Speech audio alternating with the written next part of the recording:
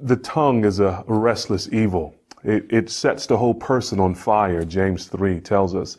And so the ninth commandment comes to us and really is aimed in part at bridling the tongue. It's aimed at bridling the tongue with truth and teaching us to put off falsehood, to put off lying.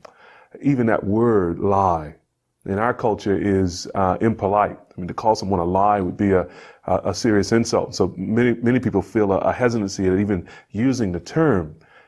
Interestingly, I think that communicates the fallen man's heart to actually shy away from this commandment and to need this commandment.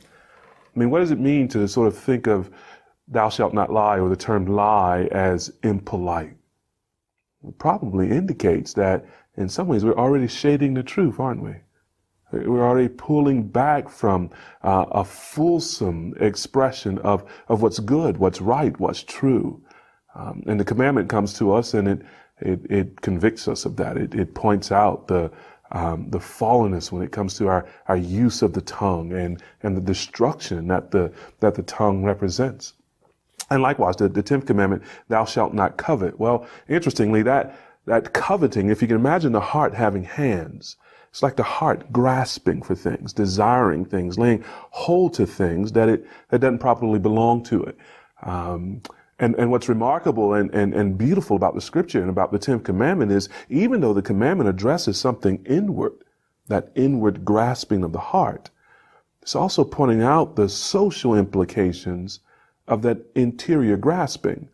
So it's thou shalt not covet anything that is thy neighbor's, not their neighbor's spouse, not their neighbor's cattle, anything that belongs to thy neighbor. And so the commandment sets for us a kind of boundary that helps with the way covetousness breaks the line or crosses the line.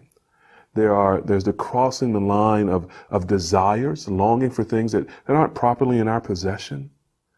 There is the grasping for things that crosses the line of another person's possession. They're your neighbor's cattle, your neighbor's spouse. So this coveting actually socially does injury to the neighbor. And it has another line that's crossed, another transgression, and that is in the coveting, what we're actually saying is God has not apportioned his creation properly. He hasn't given us everything we desire. And so the heart, in its fallen, sinful way, grasps for things that doesn't belong to it and seeks for things that actually properly belong on the other side of ownership to the neighbor or to God.